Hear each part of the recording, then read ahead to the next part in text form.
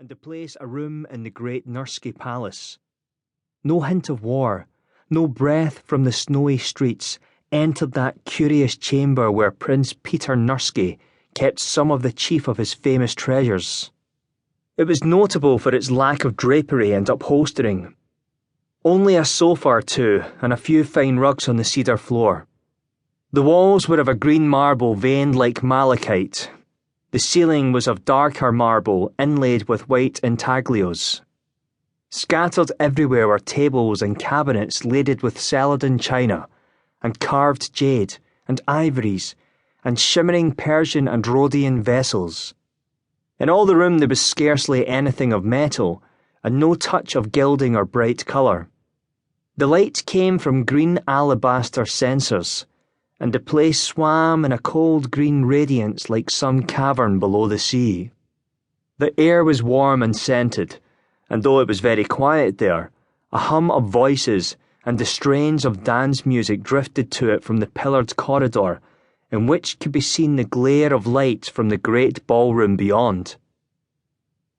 The young man had a thin face with lines of suffering round the mouth and eyes. The warm room had given him a high colour, which increased his air of fragility.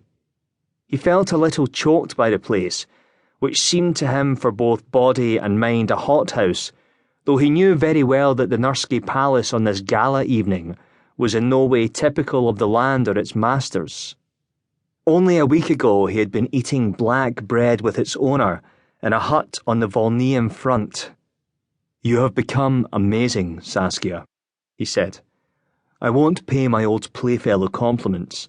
Besides, you must be tired of them. I wish you happiness all the day long like a fairy tale princess. But a crock like me can't do much to help you to it.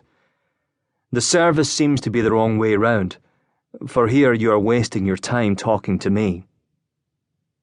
She put her hand on his. "Poor Quentin. Is the leg very bad?"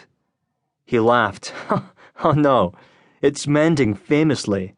I'll be able to get about without a stick in another month, and then you've got to teach me all the new dances." The jigging music of a two-step floated down the corridor.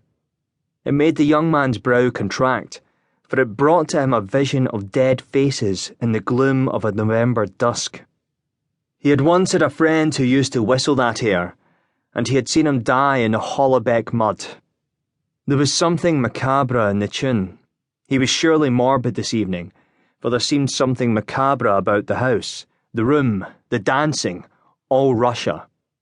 These last days, he had suffered from a sense of calamity impending, of a dark curtain drawing down upon a splendid world.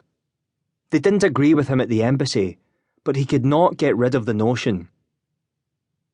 The girl saw his sudden abstraction. "What are you thinking about?" she asked. It had been her favourite question as a child. "I was thinking that I rather wished you were still in Paris." "But why?" "Because I think you would be safer." "Oh, what nonsense, Quentin dear. Where should I be safe if not in my own Russia, where I have friends, oh, so many, and tribes of relations? It is France and England that are unsafe with the German guns grumbling at their doors.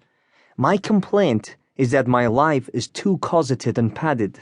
I am too secure, and I do not want to be secure." The young man lifted a heavy casket from a table at his elbow. It was of dark green imperial jade, with a wonderfully carved lid. He took off the lid and picked up 3 small oddments of ivory, a priest with a beard, a tiny soldier, and a draft ox. Putting the 3 in a triangle, he balanced the jade box on them.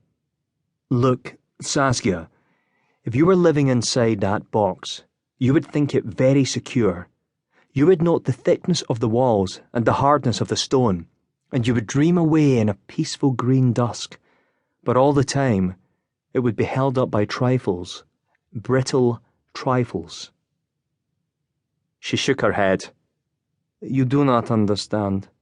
You cannot understand. We are a very old and strong people, with roots deep, deep in the earth." "Please God you are right," he said. But